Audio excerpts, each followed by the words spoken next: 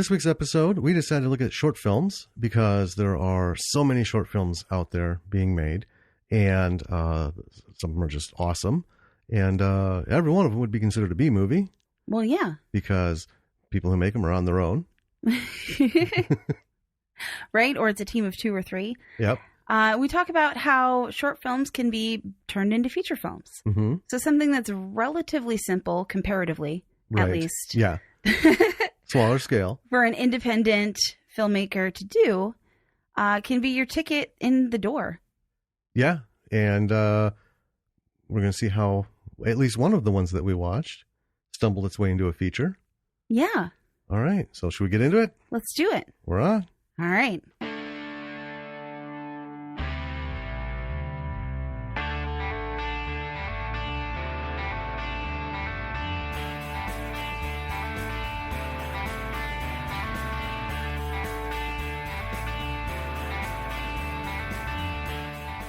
Hey B-Siders, welcome to another episode of Bravo for the B-Side. I'm Jim. I'm Danny. And this week we're bringing you some short films. We realized there are way too many short films out there to ignore. And so many. I know. So what we did is we picked one that we knew that was awesome, and you'll find out why in just a minute. And then we went ahead and just chose some others that are fairly recent. Blind watched. Yeah. And it was all good. As you'll find out. Mm-hmm. So why don't we begin with our first short film? Well, I want to say first that our favorite genre is zombies. So we kind of stuck to that theme. We did. For all of the short yes. short films. Well, and it fits because we had Night of the Living Dead. Mm-hmm. We had Zombie with a Shotgun. Yeah. We had Interview with Hilton. Yeah. We had Ed Wood, which he did a zombie movie. Technically? Well, Plan 9. I guess. Reanimating the dead. Yeah, okay. Yeah. All right. All right. So what do we got? So the first one up is Cargo. This is the least recent of the ones that we watched. This was the one that we watched. We knew was excellent. Yes. It was made in 2013. It's an Australian short film. Mm-hmm. It was directed by Ben Howling and Yolanda Ramke. I hope I'm not butchering her name.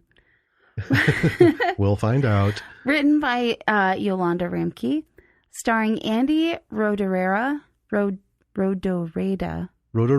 Okay. Alison Gallagher, Ruth Venn, Yolanda Ramke, Callan Richards, Efren Heather, and Scott Wood. Yes. Yeah. And sounds like a lot of people. One thing is this thing was under 8 minutes. Yes. Right? So, yeah, these are just like on shot. Oh, there he is. Boom, yeah. Gone. And it doesn't feel like 8 minutes. No. We'll probably talk about it longer than it was. Probably. It was a finalist of Tropfest, which is an Australian film festival. And it was so successful that it was later made into a full feature film by Netflix. And we will talk about that at the end. So, jumping right into it, we start out in this little film, disoriented, out of focus. There's that ringing sound that, you know, that... The one Yeah. I'll just interrupt by saying this was the least enjoyable part of the short for me, only because I hate that tone. Yeah. That was the tone that was inserted in our film, Mm-hmm. and I murdered. It's grating for me because of the damage to the one ear. Mm-hmm. I'd rather take nails on a chalkboard. It is, but it does fit in this. It does, and I'm not ripping on him for that. It's right. This is just a personal thing. Yeah. I hate that fucking that frequency. So we come back into focus and we see a woman who's a zombie. She's got white eyes, right?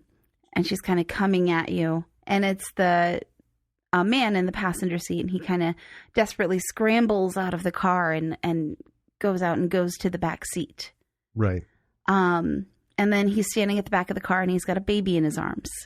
Yes. So you know that this is, mom and dad and baby. He peels the mom sticker off the back of the car. They've got the little stick figures. Yeah. and hands it to the crying baby. And you can see on his arm he's been bitten. Yep. Mm-hmm. And so he's sitting at the back of the car holding his baby. We get the camera shifts a little bit. We can see his wife's body on the ground outside the car, which was actually the passenger side. Oh, right, because it's other Australia. side. Yeah. So he was in the driver's seat. That's okay. That's fine. So he's dealt with her, right? And when he pulls that stick figure off, it's just kind of, it's the only real dialogue. Yeah. He says, "Here's mommy," and hands it to the baby, which was, oof.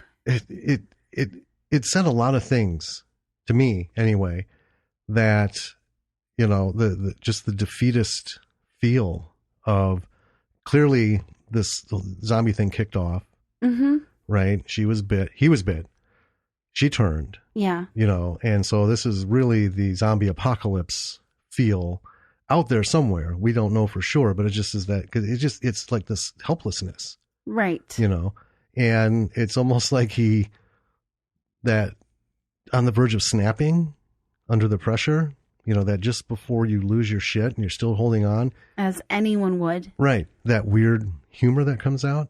Yeah. And that's what it was to me. It was just really, here's mommy. Wow. I mean, and this is like an infant. So. Right. So the baby ends up getting strapped to his back. And it's not one of those papoose things.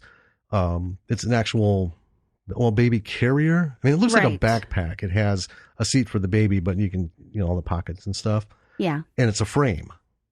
That's important. It's like a hiking carrier. Right. And he takes off through the woods. He stops and stuffs some bloody flesh, innards, something. That he found on the ground. Yeah, into a plastic bag. And then he ties it up and then ties it to his waist. And I thought, where are we going with this? Right? Yeah. And so then he comes upon a house where apparently they were having a party, and there's nobody around. But there is one of those balloon inflators. So he blows up a balloon to give to his baby to keep her happy. Yeah. Right? And a happy baby is a quiet baby. Which is important. Yes. In an apocalypse. And again, there's no real dialogue that "Here's Mommy" is about it. Yeah. He's walking through a field and he collapses. And then the next thing we know, he's up and walking around. He turns and you can see that his eyes are white. He's a zombie. Right. And he's rigged the bag of entrails so that it's hanging over his shoulder. Yeah, well, he's got a stick. He found a long stick, affixed it to the strap and frame on one side. Right. And the bag of entrails, bloody meat, is at the end of it. Right. Like a donkey lead. Yes. Yeah. Yeah. And his hands are tied in front of him. And so he's kind of chasing that bag of entrails. The baby is still on his back. Right. She makes a couple of little gurgly sounds, and he stops and kind of looks around and then goes back after the bag. Right. Because that's the thing drawing him. And his hands being tied. He can't reach. Right. So, and, zombies aren't known for their nimbleness. Smart. It is. So you can see that he had a plan. He did. Yeah. I mean, he knew what was going to happen. The next thing we see, he's wandering through the field, and there's just a shot. And Dad goes down. And there's a cut to a guy way off in the distance on a tower, clearly holding a rifle. And then we have three people coming up to him, and they're just kind of stymied at what they're looking at. Yeah. Because he's laying on his side. They see the stick and the bag thing, and they're like, "Arr." So it's two men and a woman. The two men leave, and the woman takes a close look at the bag and the stick, and then she gets up to leave, and then the baby cries. Yeah. They're all kind of like, "Huh?" So she goes over, and she sees the baby laying on, he's still in the holder, Right. Because he's on his side, she's on the ground. Yeah. And on her belly is written, "My name is Rosie." Yeah. So the lady picks it up. We see them burying the dad, and the two guys are burying the dad, and the woman is sitting with the baby. Yeah. And that's it. That's it. That's the end of the short. It gives me chills talking about it. Well, we're going to talk about it. It's so good. What I love most about it is that it's so relatable. Yes. Anyone who's a parent can tell you that they would go to any lengths to keep their kids safe. Mm-hmm. Right? And this was an impossible situation for him. Yeah. And I know as a parent, like, all these situations go through my head all the time. Just constantly. Oh, every little thing. Going to the grocery store, even going down the stairs. Mm-hmm. You know, what if? And it's, you don't spend your whole day on it. No. But it's constantly running in the background. Right. It's like that little, like an old movie film projector. Yeah. Like a background program that's just constantly running. And it's so simple and beautiful, the story. Yeah. And it's a great example of how shorts can be extremely powerful storytelling. You don't need 90 minutes to tell a story. Right. And this was a complete story. It was. We have, our main character, Dad. We have his situation. Mm-hmm. We have him overcoming the situation. We have him, second acting into, well, I've been bitten. How am I going to overcome this? Yeah. Right. And then we have him and how he ends up at the end. And then we have the resolution of the situation. How do I keep my baby safe? Which is, I think, the best resolution he could have hoped for. I thought it was brilliant. When we saw it, I was like, we don't have a baby anymore. Right. She's a bit older. Yeah. So my train of thought has not been in that direction. Right. We have plans. We have a lot of plans. Oh, yeah. And sounds funny. And we kind of know it is. The odds of a zombie apocalypse, we're hoping for it. Because we're ready. We're ready for it. Oh, yeah. But, and this film is a success story. Right? Yes. Yeah. Obviously, it resonated with people so much so that it was made into a feature film. Right. The core story hit somebody, and then they made it into the feature. And it's not so much just the story. It was so well done. Everything. Shots, lighting, framing, sound. Even though there's no dialogue, all the peripheral sound, the mixing was wonderful. And just all the composition all came together. And to me, we've seen the feature version of Cargo. Yeah, and it has Martin Freeman in it, and I love him. Oh, we'll see anything with Martin Freeman in it. And he did a fantastic job. He did. But see, here's the thing. And for those of you who are doing shorts, hoping that one day you can expand it, this is where shit can go south super quick. Like, we have Truth in Stone. It's a short. We're starting to work on getting things together to film that. We want to adapt it into a feature. Yeah. Which means we have to inject a lot of story. And we have to stretch out his story, right? Yeah. Okay. Well, we have to expand it. I mean, it's common sense. That's what you have to do. Unfortunately, when you fucking let Hollywood get a hold of this, right? And they're like, oh, we want you to do this. And then they have the final say on the script. Cargo, the feature, was disappointing in that it got so far from this basic element of this doomed dad just trying to save his fucking kid. Right. He's going to die. There's no way out of this. There's no way out. He's just, this is the best I can do, and I can hope for the best. Hope somebody fucking finds me and my kid, before too long, and takes her, Yeah. Because he's gone. You know? Well, in the feature, there was just so much other weird fucking story that didn't make sense. It didn't have the same oomph. Cargo, the short, to me, was so much more impactful. Yeah. Than the feature. The feature was, was an okay watch. And if I didn't know about the first one, I wouldn't have compared. But True. as far as anything to do with story, everything to do with producing a film, short or otherwise, the short gets an A+.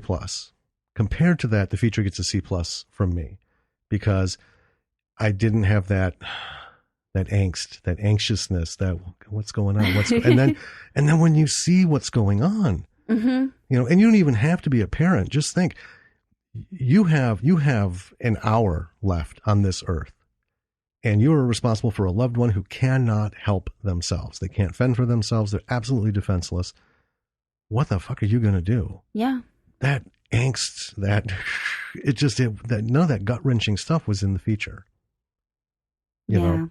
So, I mean, my thing is, if you do get a chance, someone steps up and says, hey, I saw it at the festival, whatever. I love it. This is an awesome story. Can you pop this into a 90-minute film? You're obviously going to go, yeah, be careful who you give the control to.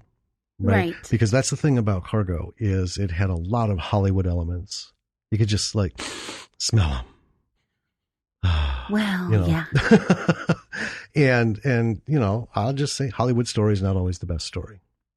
That's fair. The short wins hands down. All right. Okay. Should we go into the next one? All right. So this next one, this was the most fun. So fun. I love this one. So we stumbled upon Zombies versus the CWA. Country Women's Association. Yeah. Also an Australian film. Yes. It was shot in 2019. This year? And it was crowdfunded. Oh, technically last year. Well, by the time this airs, yeah. we're time shifting. Well, it came out in 2019. I don't know. This could have been shot in 2016 and That's taken true. forever. We don't know. Okay. So it was directed by Travis Bain, written by Travis Bain, starring Marilyn Brack, Andy Bramble, Rosalie Burgess, Sandra Cloak, Jan Laney, Heather Selby, Sarah Louise Speller, and Kath Willisey. Okay. All right. So when you hit play on this monster, it opens up with a documentary style scroll, so it's coming up, not Star Wars angled thing, just a nice scroll up. And the guy's talking, and it's about the Country Women's Association, or the CWA. It gives you a little history. They did this and that. And it ends with, and tonight they're about to face their biggest challenge yet. Yes. So then we cut to, we see the outside of a building. And it looks like one of those, these are all over the place in Australia in rural settings. And I don't know if they're actually like trailers or, mobile home. They're just so different, but they're in that same category. Yeah. So there's this building. It's like a little clubhouse. Yeah, in the middle of nowhere. And then we cut inside, and we've got shots of pictures of the Queen, pictures of alumni, apparently. And then we have tea cakes and everything on the table. And then there's several old women sitting at a table for their meeting in the middle of this little hall building. Yep. Right. And then one is sleeping and they wake her up. As the meeting is going on, the door opens and a security guard comes in. He's a bit of a dick, making fun of them. Yeah. CWA, Chinwaggers Association. Right. I forgot what the first one was. I forgot to. Yeah. And then he leaves. It's awesome. One of the women just at the end of the table as he shuts the door. Dickhead. Yeah. It starts out funny and it ends funny. But so he's driving away and there's some people wandering the road and they're kind of stumbling around and he goes, "Zombies!" Hits the brakes. And one comes up to his window and it's just a really, really drunk guy. Yeah. Who's asking him if he's a taxi or a Uber. Uber. Are you a Uber or a taxi? And so he drives a little further up and then sees some actual zombies and he exclaims, "Actual zombies!" Yeah. Oh, a lot of laughs here. Well, there's an Easter egg, right? So before he sees them, he's driving past a sign because he's a security guard. So I'm imagining it's his job to go to these different places. So the sign he's passing says Romero Chemicals. I know. So I thought that was lovely. Just a nice little thanks, George. Yeah. Back at the CWA, there's some complaints about the scones. There's two of the women are bickering about like one they're the hardest rocks. Oh, yeah. Throws one at her. And the security guy bursts back in and tries to warn them about the zombies. And these are older women and they're a little hard of hearing. So they're like, huh? What? And then he's attacked by a zombie. Yep. And the CWA is pretty generally unfazed by this. They're just staring. And the leader of them goes, okay. And then they're back to business. And they decide they need to learn how to defeat zombies. Right. So the leader goes, best goggle it. Yeah. Goggle. Yeah. And then the woman goes, well, Goggle says, go for the head. So they decide that they're going to show the zombies what for. And the next thing is they take one out by the door with a cane or a walking stick. And there's lots of blood spurting. That's one thing about this. It's really short and it's kind of like boom, boom, boom, boom, real quick. But they did their bit of blood. They did. And then one, I'm thinking, is she using fucking cornbread? As they meet them up, they are coming down the ramp. It's a handicap ramp or wheelchair ramp. Yes. Right. So all these old ladies with their canes, walkers, plates of food, and then their hands on the rail. They're just going down so slow. Yep. And when they face off, they show the old ladies coming out, CWA. Then they show the zombies, and then they do a side shot. And it reminded me of everything Braveheart wasn't. So you have the two sides coming together so slowly, just meandering towards each other. And then they finally hit, not with the thunderous clash, of Braveheart, more of a thud. Yeah. It reminds me a little bit of in Bubba Hotep, when Elvis and Jack are walking to prepare to meet the mummy coming into the park. Yeah. They're just slow. Yeah, because that one was great because at first it looked like there was the slow-mo hero walk thing. A little bit, yeah. And it was a little slowed down, and then they showed natural speed. It's about the same thing. It's just, the reality is, it's just two old codgers making their way down the sidewalk. Oh, man. So they hit, and we have a lot of cut scenes of what's going on. We've got knitting needles in the eyes, pulls them out. Love it. There's lots of blood. And then the cornbread one. What was the scones? The rock hard scones. Yeah, I got that. But at first, my note was like, she's using fucking cornbread? Yeah, so she's just hammering this zombie in the head with a scone, banging him with muffin tins. And I'm just thinking, this is fucking great. Yes. And then one's got one on the ground. She's pouring hot tea down its throat. And then one's gets him with a cookbook. Another one with an umbrella. It's fantastic. Oh my God. It's just the funniest thing. So then they're surrounded, and then the leader is off to the side, and she's just like, right, time to go Burko.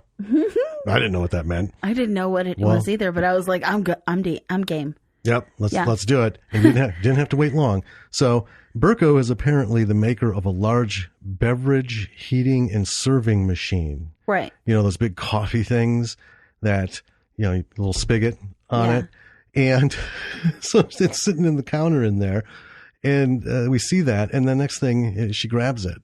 Yeah. And here comes the best part.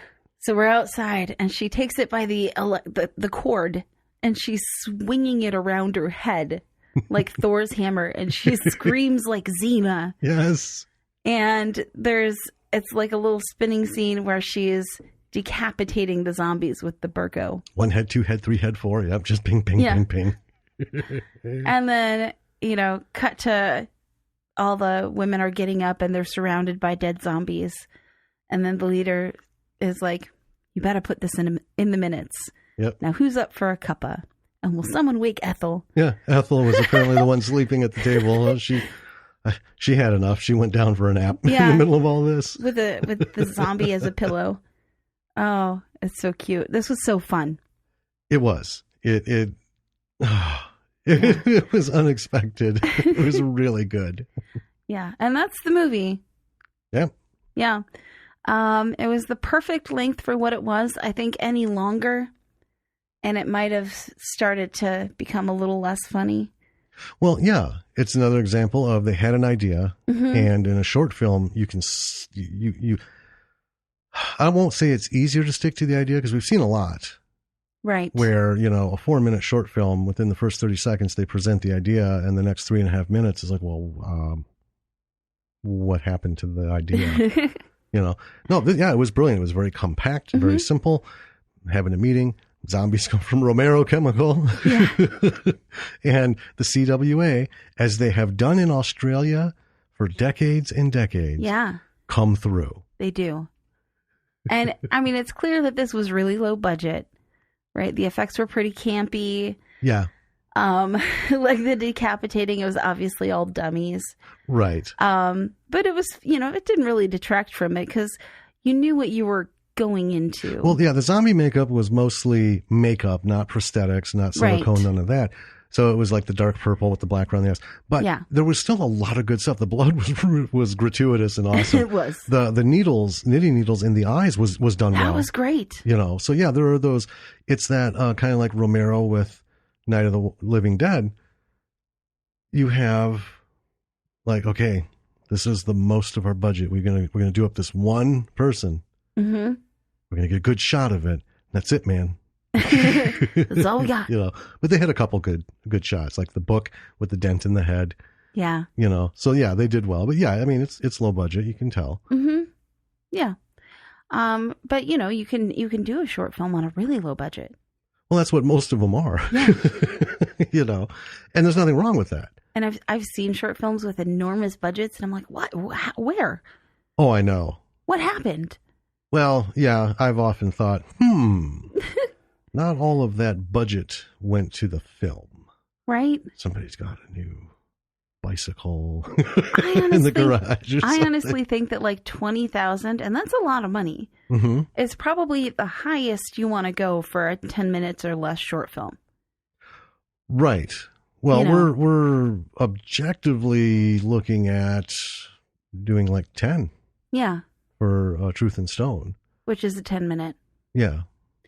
But yeah, this is just a really great example of just a purely fun short. Obviously, someone just wanted to make a fun movie. Zombies. Yeah. Tip their hat to Romero.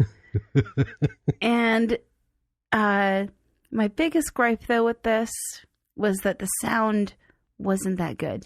Right. It was uneven. Mm-hmm. And I mean, dramatically uneven, folks. If you give this a look, it'll be right there. Everything else was good, right? The lighting was good. Especially outside. I know. Well, yeah, and this takes place at night. That's the thing. Yeah, it's so better than George did with his feature film, right? Yeah, The exposure is fantastic. I mean, it's cinema quality. So it is. Somebody knew what they were doing with their LUT adjustments in whatever software that they used. But yeah, the sound gets a D- on this simply because when they're in their meeting in the building, it's so bad. Yeah. I mean, had we not watched it again, I wouldn't know what half of them had said. Right. And we do, we get distracted because we're making notes while we're writing. Mm-hmm. But it was just super bad sound. It was. I mean, her face is filling the screen. It sounds like she's way back over here. And then kind of passing by the mic and then going like that. Yeah, it's bad. But all the sound outside, like the security guard, because he was in the door, was great. Him in the car, great. Him outside the door again when he's getting eaten, great. Them when they're outside, great, A+. Yeah, I don't know what was going on with the sound inside, but Yeah, I couldn't help but think, I know short films, they don't have a lot of luxury to do this kind of stuff, but, I would have been like, okay, ladies, I really we need to do some additional dialogue. yeah. We need to do some ADR. I need to have you, try and replicate. I would rather have good sounding dialogue that doesn't match the lips. Right. Right. And maybe try re-editing that scene, a lot more cutting and stuff to balance it, than have that sound. Because it was bad. It was the knife in the side. Yeah. Yeah. But other than that, it was great. And we laughed. And it was so fun that we watched it a second time, not because we missed stuff, but just because we were like, let's just put this on again. This was fun. We wanted to show our daughter. Yeah. She hadn't gone to bed like she was supposed to. Surprise. She comes wandering out. What was that sound? Like, that's just us giggling. Yeah. So we showed it to her. She loved it. She did. She was all about the CWA. Oh, man. So, yeah. Zombies versus the CWA, another excellent find.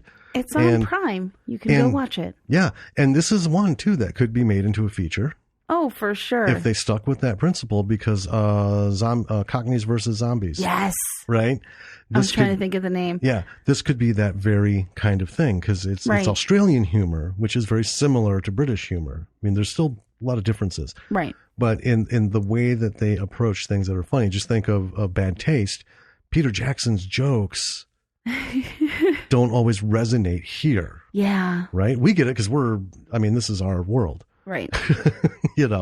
But yeah, I think this would be a good feature. It would be an awesome zombie comedy. It would be super fun. All right. Up next. We found this one's mine. Oh, okay. No, you can have it. Okay. I thought we were taking turns. Maybe. We didn't decide. Oh, well, we're taking turns. I'll do this one. You can do the next one. Well, we need to color code this better. Oh my gosh. So, it's blue. Not Even Death is the next one that we did. This was the shortest of the short films that we watched. This one clocks in at just about 6 minutes. Yeah, just under. Mm-hmm. It was done in 2009, directed by Monica Winter Vigil, written by Phil Clark Jr., starring Treva Techmeyer, Joseph Will, and Kelly Lazarus. So, just jumping right in.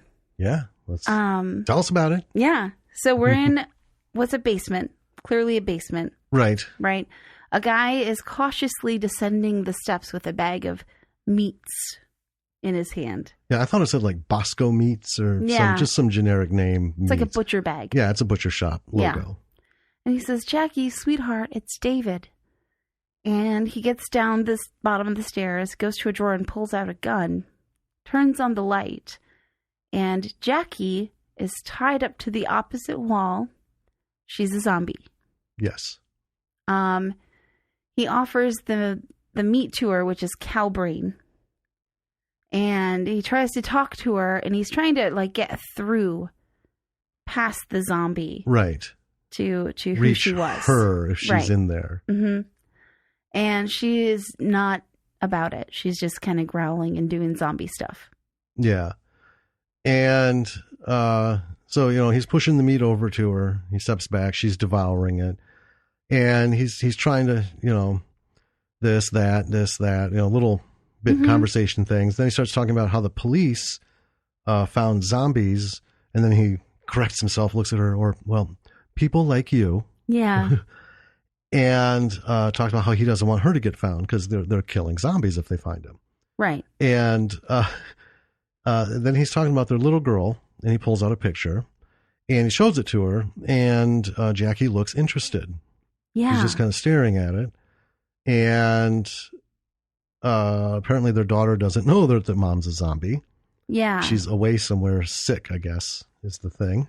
Right. And David's really excited that Jackie seems interested in talking about their daughter. So he leans into that hard. Yeah. And it comes back with a big nope. Jackie's not having it. She wants more meat and she's furious.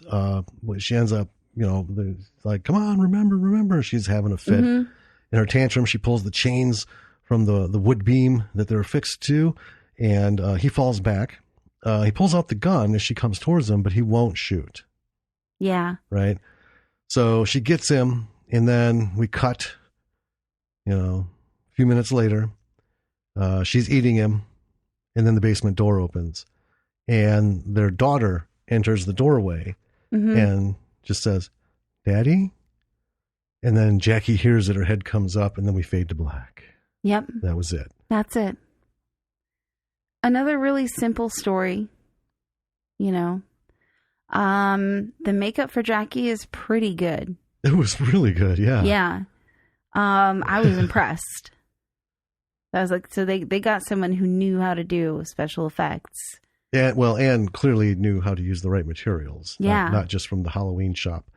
Yeah. Because, it was really good. Yeah, it's excellent zombie makeup. She's not bloody, but she's, gaunt and her eyes are sunken in and, they're like tight around the edges. Well, it's what we call the afflicted zombie. Right. There's the attack survivors who turn into zombies, and they're the ones with all their shit hanging out and stuff. But then, most zombies will just end up looking, normal people with like a bite mark, right? And then their eyes might be white or something, depending on where in the genre you roll with it. But yeah, not just because you turn into a zombie doesn't mean you turn into a bloody, pustule popping, skin flapping mess. She looks like she's rotting. And I know we've had that's a whole different episode right there. Well, we've had a long conversation on what happens to the body of a zombie over time. And we've talked about hours of conversations. Zombies in the Southwest. Are they jerky zombies? Right. Zombies getting frozen in the North. What about in, super humid, like the jungles? They just turn into pudding at some point. Anyway.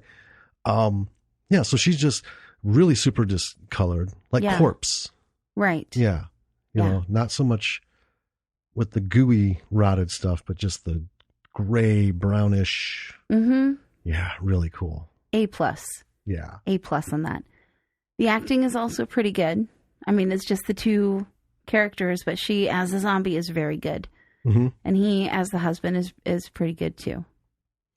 I think it worked because we didn't come in at the beginning of this. Yeah. Right?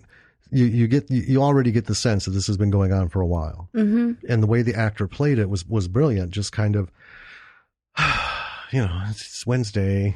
That's the only thing different about today. It's Wednesday. He's very casual going into the whole approach. The way he speaks to her. And then the film style and feel, I thought it's very soft looking. Right. Very, it reminded me of the way that Buffy the Vampire Slayer was shot. It was very soft, almost like 90s looking. Yeah. I like that style. It was comfortable. It is. Yeah. And interestingly, this has the SAG logo in the credits. Yeah. I want this. Well, we're not screen actors. I want the WGA. Anyway. One location. I mean, this is a very, very short film. Yeah. But I mean, it's a really good example if you want to watch how a film, how do you do just one location in the film? Here it is. Yeah. One location. Very budget friendly. I mean, we didn't look up the budgets for any of these because they're shorts, and it's really tough to find budgets for shorts. Yeah. But I can't imagine that this cost more than a few thousand. It was enough to cover the great special effects. It was enough to cover decent equipment, right? And then the post production, their editing suite, whatever they were using. And SAG rates. Which, really, I mean, everyone's using either, Premiere or Final Cut, right? If there's something else out there, it's like, Lucasfilm has in-house, they got 7,500 people developing software for them. Fine. Yeah. But the set pieces were all pretty much stuff that you can find like in your house or at the hardware store. Yeah. But I do believe to get that SAG logo, they had to pay SAG rates to the actors, which if everyone could do that, that'd be awesome. Yes. It happens so rarely. I mean, especially in super, super independent stuff. Yeah. And to you actors out there, God bless you. We tip our hats to you for doing all the free shit that you do for all of us who write stuff and want to make a movie, and the directors, or, well, I'll feed you pizza, or, I'll mow your lawn for a week, or, or a month, or some shit like that, Right. But yeah, I mean, that's what it is. It's mostly free, but yeah, these people got paid. They did. Yay.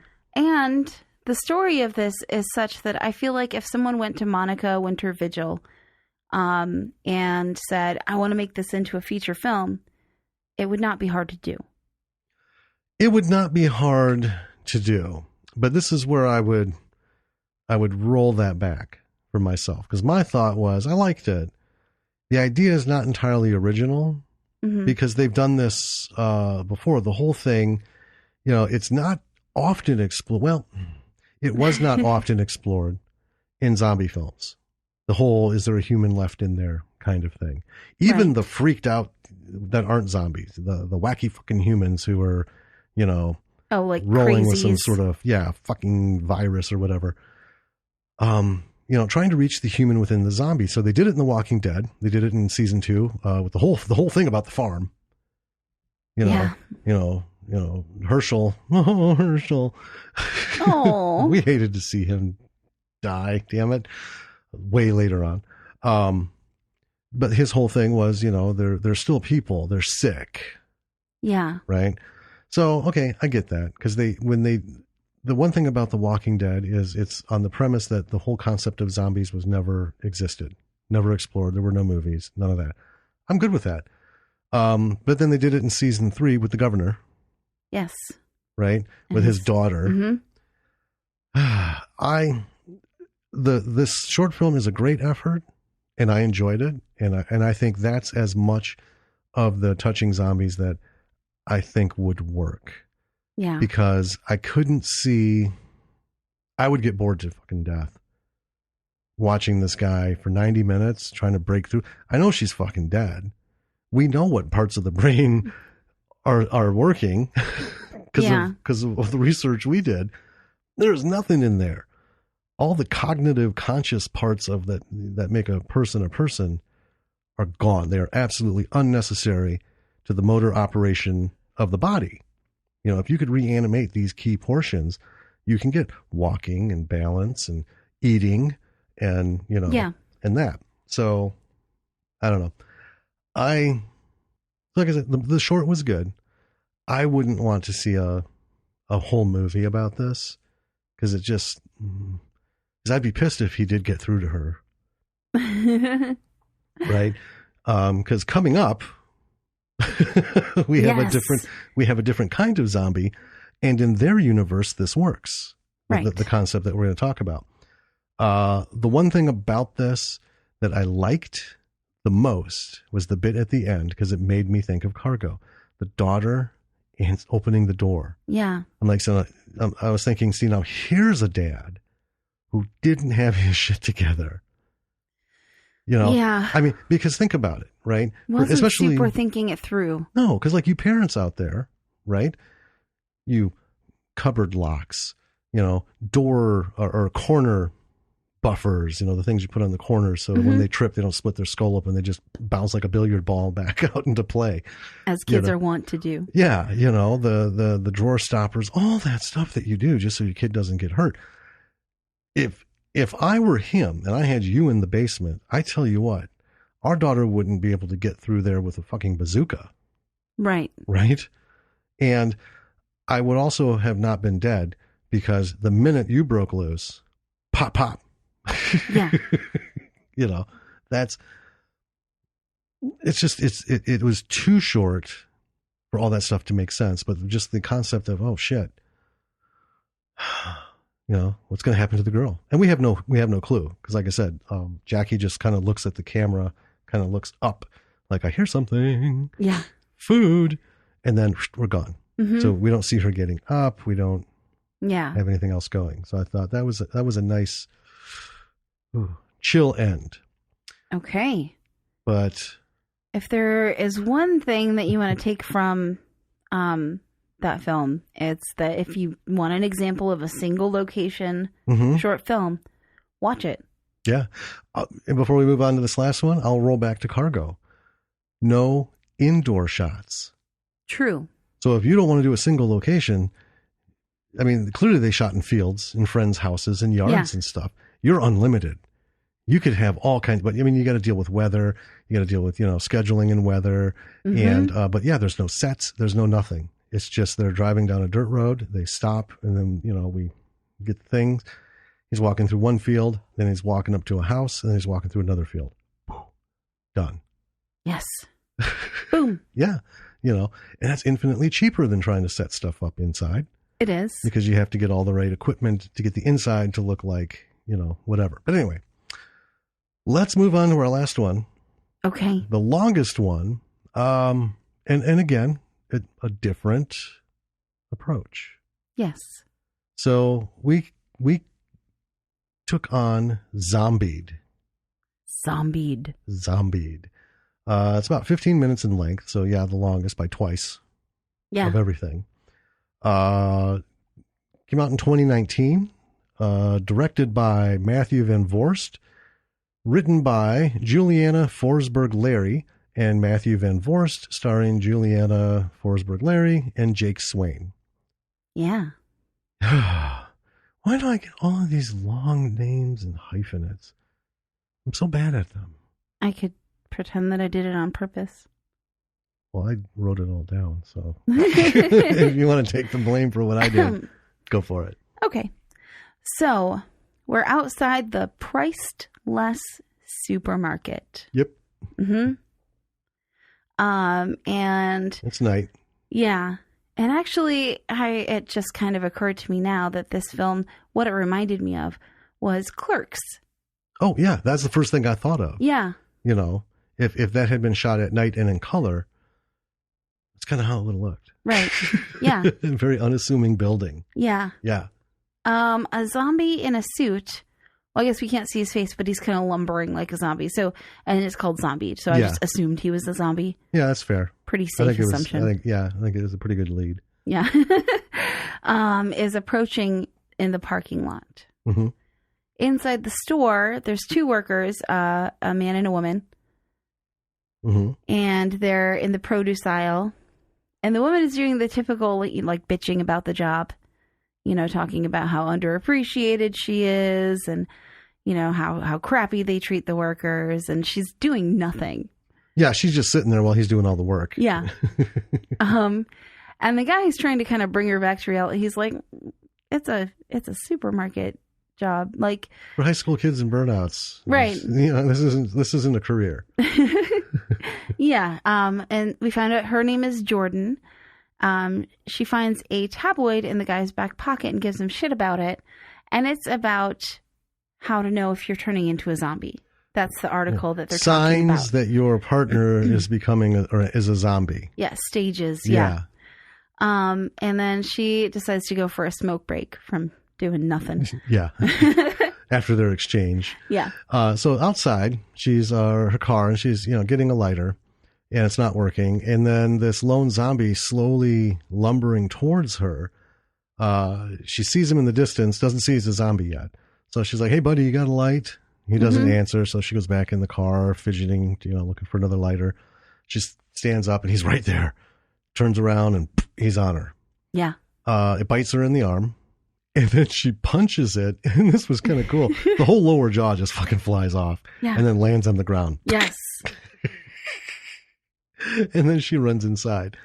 So she runs into Hesh, who's the guy she's working with, because we see his name tag.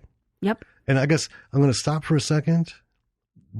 I don't think there's anything more important in a story than introducing your characters. And it has to go way beyond setting up their personality, their routine, whatever's going on. Work their fucking name in there. Somehow. Right? Because let's go back to The Room. It was like 24 fucking minutes in, and I think I made a note that nobody has said her fucking name. Yes. God. I know. Call someone by name. And especially when they're bickering. That would have been so simple. God damn it, Hesh. right? Because when you do that, you say somebody's name when you're at them. Yeah. Anyway. Well, I say, damn it, Jim. Hush. So she runs into Hesh and tells him what happened. Minus the bit about the zombie, of course. Just some weird guy bit her. So they go out to deal with the guy and he's gone. There's some blood by the car. And then the jaw. Hesh is about ready to puke. They argue about what to do. So we're back inside and she's pouring peroxide on her bite wound and she wraps it. Hesh helps, put it all together. And he says the guy was a zombie. Jordan tells him to fuck off. Yeah. Right? So they argue. And then he tries to use the magazine as evidence, but she just grabs it and throws it. Mm-hmm. And then she goes into a tirade of just berating him. Yes. And then we get a superimposed title on the screen, Stage 1, Denial. Yes. And so that's apparently stage 1 of becoming a zombie. And she is in denial. She goes out to the parking lot to clean up the mess because she is convinced that some poor sap is out there missing his jaw and going to report her to the police or something. Yeah, she's really worried about getting busted. And she can't go to jail. And so she's talking to herself saying that there's no such thing as zombies. And her stomach starts to growl like loud. Yeah, we get that. And it's painful. She's like doubled over. Yep. Yeah. And then we get another stage 2, hunger. Mm. And now it's like a little montage. She's just eating all kinds of shit. She's, eating one thing, eating the next, eating the next, eating the next, and everything repulses her. Mm-hmm. Right. And then a woman, so she's in like not the freezer department, but the chilled food aisle, whatever. Yeah. And so this woman comes up with a baby in a front, baby Bjorn. It's kind of funny because you see they cut to Jordan's face as her eyes go down to the baby and then they focus on the baby's big chubby leg. That was my first thought was, I know what she's thinking. Plump.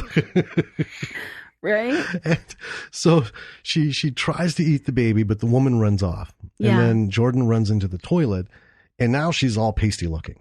Mm-hmm. So we're in the transition, right? The color is draining from her body. And so she sits on the floor and undoes her bandage. And then we get stage 3, festering. Yeah. And her arm is rancid looking. Oh, yeah, it is. Oh, my God. Great effects. Yes. So she calls her mom because at this point, she's starting to buy into the whole zombie thing because she just tried to eat a baby. Probably. But even if she wasn't, I think at the very least, it comes down to shit's not right. Yeah. So, yeah, she calls her mom and she gets the voicemail and she leaves this crying message, I'm sick and blah, blah, blah, blah, blah, and going on and apologizing for being a terrible daughter. Yeah. And so at the end of it, she's trying to say, I love you. But she just keeps saying, I love brains. And eventually it's just brains. Yeah, and then brains. she's trying, I love brains. No, I mean, I love brains. No, I mean, brains. Brains. Yeah, then she's out, brains. Yeah. I thought that was pretty cool. I thought it was good. And then right on the heels of that, stage 4, brains. Yeah, I love that it's just brains.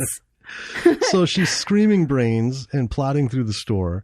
Into the back area out through the loading dock. Mm-hmm. And she's hobos, man. Hobos never make it in zombie films. That's the whole premise of ours. How do we do this? Hookers and hobos, man.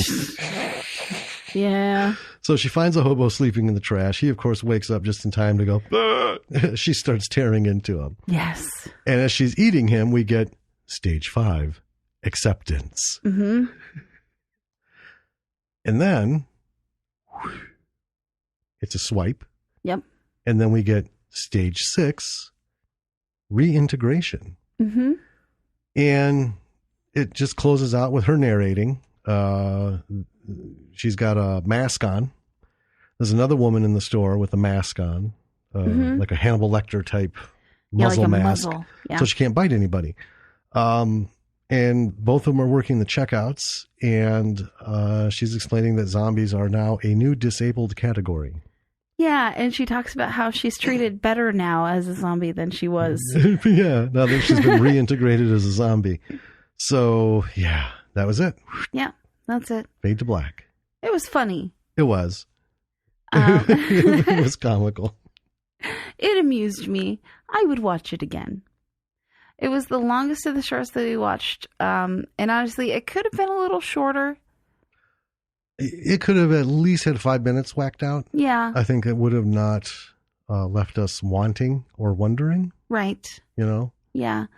But overall, I mean, that's my only gripe is that 16 minutes seemed a little long for this, but that's okay. It was still pretty well done. The acting was good. The set was really good. That store was amazing. Well, it was a store. Yeah. Yeah. The lighting was good, especially the outdoor and night lighting.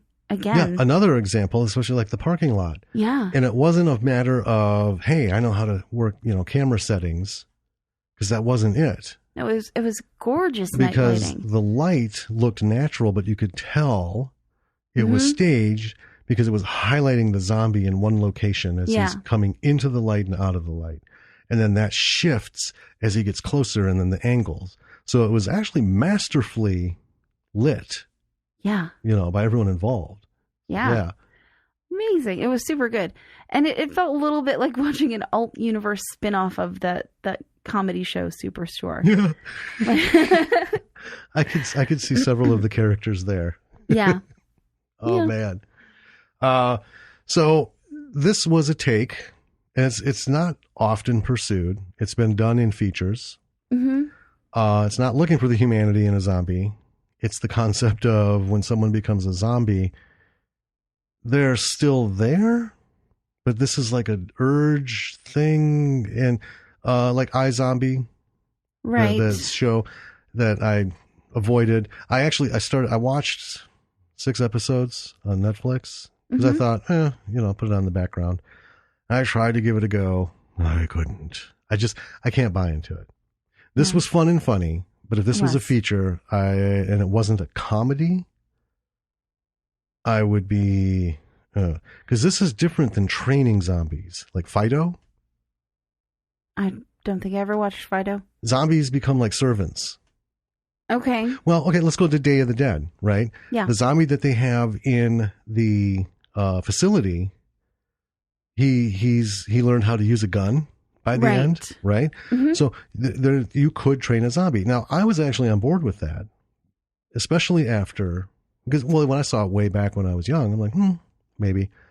After all of our brain research and neurological education, I realized that you can probably, if the brain is alive, only in certain areas, you could probably fire synapses through repetition, going outside of, this piece here is what controls the motor skills to get the meat to the mouth, right? To pick up and go like this.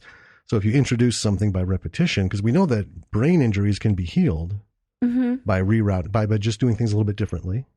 Yes. Right? Utilizing the part of the brain that's undamaged and tricking it into taking up those new functions. So anyway, that's very technical for this. It worked for this. I enjoyed it. And if it was done as a comedy, I could probably get on board. But if it was, I know there's a couple that have tried this not as a comedy. It's that whole thing of finding the humanity. Yeah. Now we've got zombies, and it's not funny. It's supposed to be sad and, they're people too. No, they're not. They're meat bags. Yeah. They're mobile meat bags, Yeah. It just, so it's not cutting on it. It's still a wonderful short. You should see it, people. But as zombie aficionados for myself, I like to stick to the core stuff. I like just, okay, it's a zombie. There's only one way to deal with it. And what makes a zombie is that whole Terminator approach. I mean, take the lines from Terminator and apply it to a serious zombie film. You can't bargain with it. Right? You can't, yeah. There's nothing you can do. It's just going to come and get you, and well, if it's a classic Romero zombie, you could outwalk it. Yes. Right. But if you stumble into a bunch of them in a room and the door shuts behind you and you can't open it, I don't care how many fucking rubric classes you took, you're not going to navigate your way out of this. There's no negotiation. Yeah. They're just going to eat you, you know? So I think what this short did really well was they had really good characters for the story. Mm-hmm. Jordan is an excellent character for the story because you don't really like her. Right. As a person. Yeah. Right? You're not like, oh no, she got bit. You're like, And it works. It does. That's actually a pretty popular approach. But it has to be done because we just talked about some stuff where, you know, these characters pop in and we're like, could fucking care less. Yeah. What happens, right? She's unlikable, but you kind of like, you know, rooting for her. And as soon as she gets bit, you're like, yeah, she was a bit of a bitch, but still, she didn't deserve this. Right. Right. She wasn't this reprehensible human being. Yeah. You know, but yeah. Yeah. It was good character development. Yeah. For a short. My man Hesh didn't really get enough marquee time. I would have liked to see more Hesh. I think he could have had more. They could have cut some stuff out and they could have doubled up his on-screen time. Yeah, like him towards the helping end. her through, you know what I mean? Right. Like that would have been cool to see. Yeah. Or like when she's devouring, you know, him coming out to get her. Even just showing him pull her off. And then, you know, you don't need to show what happens. You know, we can debate, well, she would turn around and rip him. No, he would, you know, do this and that. Yeah. No. But yeah, I would like to have seen just a little more of him because he really was just sort of the soundboard. Yeah. Right. For her bitching. Mm-hmm. And then, you know, the whole, you're turning into a zombie kind of thing. Yeah. But, yeah. What lessons do you think would be good from this one? From this one, lighting. Absolutely. Yeah. So, it was a convenient or a small grocery store. Right. Right. A lot of people are able to get permission to shoot in these places. I mean, we shot in your aunt's restaurant after hours. Yeah.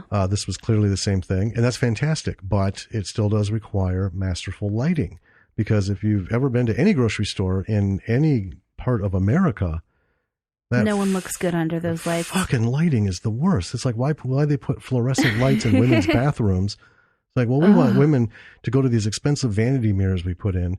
And then, you know, more upscale places, they have someone in there to kind of help you out with your makeup and stuff and this and that. Well, how the fuck are you going to look good under a fluorescent light? Everybody looks dead, sickly. You know, that's, if you want to look at yourself in the mirror and think, holy fuck, what happened to me? Yeah. Then you know what? Take all the shit out of your bathroom and put in some of those fluorescent tube lights because, folks, you won't be disappointed. Right. You know. So the inside, it was vibrant. It was evenly lit. Yes. It was well done. So I would say the lesson from this is really focus on lighting in these shots because once you frame it, once you get it going, if it's not lit well enough, all of that work was for nothing. Like if we hadn't, like in so many things that we've seen, if Zombie Man had been coming through the parking lot and we didn't have that light beacon to pick him up and give that sense of, oh no, he's gone. Well, it's kind of pointing out where you're supposed to be looking. Right. Yeah. Well, it also set the scale because it's a wide shot. Yes. And he's just way over on the right side, comes into that little blurb and then goes out. And it's like, well, where the fuck's he go from there? Because it's dark in between. Yes. Right. And then the store light wasn't bright. It wasn't giving the refraction on the lens.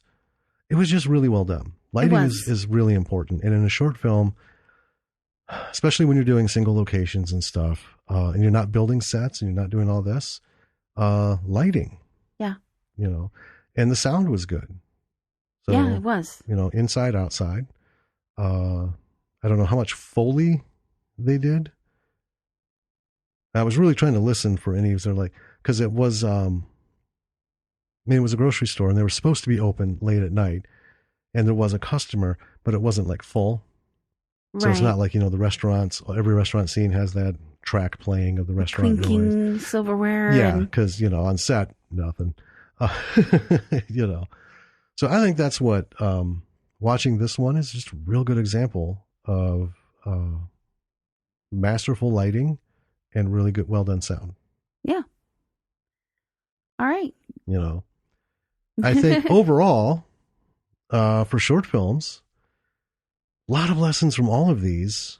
Yeah. And I guess the number one thing is make your short film. Just make it. I've said in a previous episode, make 2020 your film year. Yep. If you guys can't afford or raise the money to do your feature, make a fucking short. And you don't have to raise 10,000. You don't have to raise 2,000. Do the best you can. Use your phone. Practice. Yeah. Right? Get it out there, because we have seen some stuff that was not as masterfully done on the technical side as these films. Right. But we have seen a lot of short films that are really good. Yeah. And you only come away, but for the sound. And when they turned the lights out and it was black, it was really good kind of thing. Yeah. And I mean, the great thing about short films is that these were all different lengths, Mm-hmm. right? It can be any length you want. I've seen 1 minute short films. I've seen 30-minute short films. Right. That's about the sweet spot usually. Mm-hmm. I mean, if you go an hour, it's not really a short film. Yeah. But, even if it's just a 1 minute, 2 minute, 3 minute film. Right. And then, when you have your short, this is where shorts and features meet. Okay. You have your finished product. Now you've got to get it out there. Mm-hmm. You got to find a platform. And it's no easier or more difficult. It's no more or less difficult for shorts or features. Got to find a distributor. Can you get it into a theater? Mm-hmm. Can you get it into local theaters? Can you charge admission? Can you get it on a streaming service? Are you going to just put it out there so people can see it? Is this a business card to the world of, hey, look what I can do if I could get a chance to do something bigger?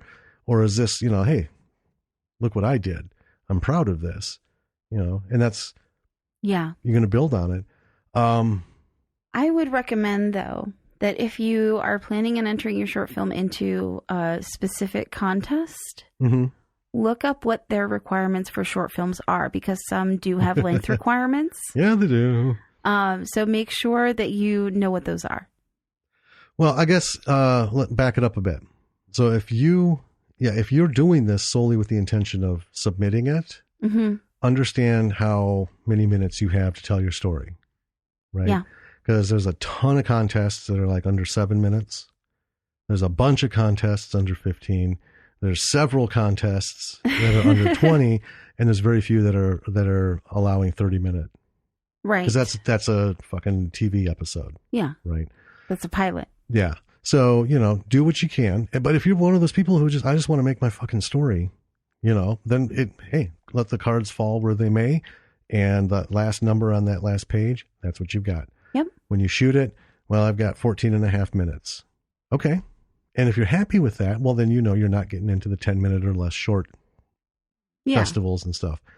One thing I want to say about short films, though, if you make your short film and it's good, even if you use your iPhone, web series. Yeah. If you want to do a feature, I honestly, I could see Zombied as an ongoing web series, 3 to 5 minutes an episode. You have the whole beginning, but the comedic setup of zombies, reintegration. Yeah. It's fucking limitless. We talked about doing a random short around Madison about just some guy, everything he goes to do is just this completely fucked up interaction. Right? Right. You want to go get a cup of coffee? Everyone gets a cup of coffee except Bob here. Every time Bob goes to do something, it's this very short, just fucking, it's funny. Yeah. But, and it's just one thing after the next. Right. It's almost Mr. Bean-esque, but like very modern. Yeah. And not at all connected. Yeah. It's just snapshots. This poor bastard trying to get through life. I think this would work. I think Zombie would be a cool web series. It would be funny if they kept on that same kind of stuff. Right. You'd need like hash character in there, right, as kind of Yes. the straight man. Mm-hmm. So it'd be like breaking Abbott and Costello down into 3-minute blurbs, Yeah. stretching them out each week. So yeah, if you're going to do your short film, make it like the beginning of the feature that you have in your mind, Mm-hmm. right? Yeah, or even make it like the key moment of the feature, you know? Right. And then maybe do a web series, depending on how you did it. I don't think this would be tenable for them because all these films, right, clearly were not done on the super cheap. They weren't done for zero money. Right. You know, and that's the thing with it sounds, hey, yeah, we're going to make a short and then turn it into a web series. Well, I don't know if you had to build, right, these sets, or if you were relying on shooting at this grocery store every, week at night after hours, it's going to be rough, the lighting and stuff. Cause that's where the expenses come in. Yes. When you pay to make a movie, everything after that's not free. You still have to pay for the lights and the stuff, but I still think it is a good avenue to think of. And I say this, there's so much bullshit on YouTube. Well, everywhere. YouTube being the king of crap, overabundance of. I mean, yeah, well, it's because anyone can put anything on there and it becomes oversaturated. The idiocy with and everything. banality is suffocating, but it is still there for serious people. Yeah. Okay. Zombie with a Shotgun is out there. Yep. It's the original web series. So, something to think about. Yep. Vimeo is also a good avenue as well to put videos up. Yeah. And then I guess the other thing I want to say about short films is money. This is an awesome way to raise money. If you can get a few minutes of your idea on film and use that as a campaign piece. Yeah. Right. So here's like a short film of, the story, and we're going to, we have the full version, but we just condensed it down to this little short film. People will eat that shit up. They will. It's like, oh, he's serious. He's not just talking about, I'm going to make a movie. It's like, well, he actually went out and did this. All right, I'll chip in, whatever the pledge level is that I can afford and see what happens. Because they see it and they're like, oh, well, that's a quality thing. I'd like to see more of that. Yeah.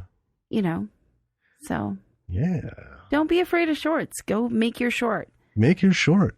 And I guess for me, the last thing I want to say about short films is watch them. Yeah. They're out there everywhere on all kinds of services. Not just YouTube, but Vimeo. I mean, if you don't want to pay, they're on Prime. You got to dig. Yes, you do. Because if you've worked with Prime, their algorithm is fucking something else. But give short films their due.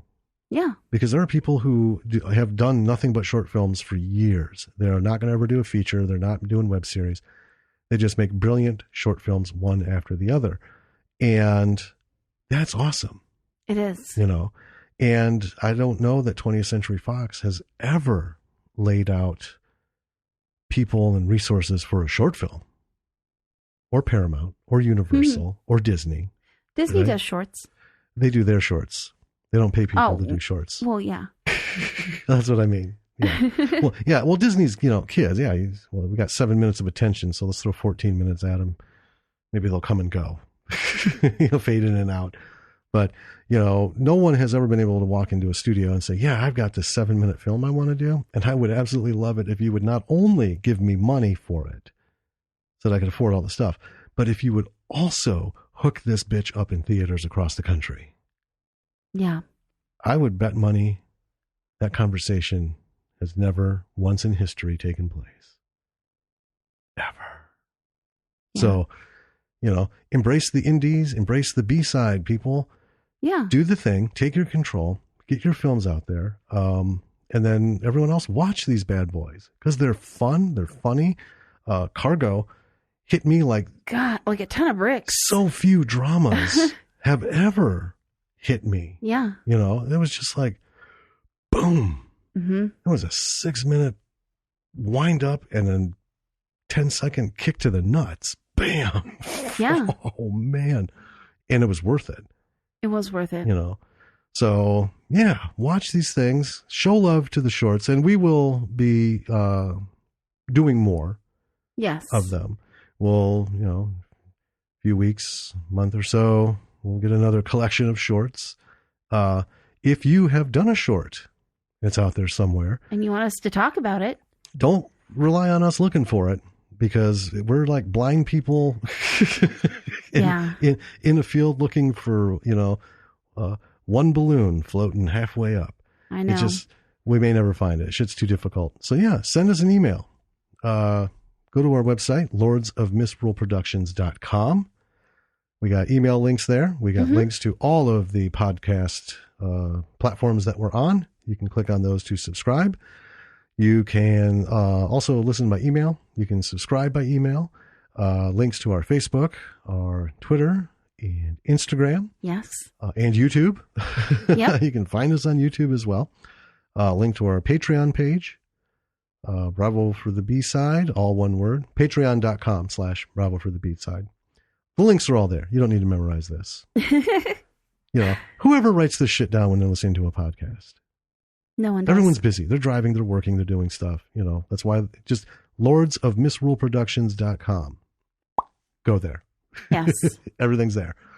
But yeah, send us a note, because we would love to, hopefully see it. I mean, that's the thing. If you got a short film on DVD, you're going to have to mail it to us.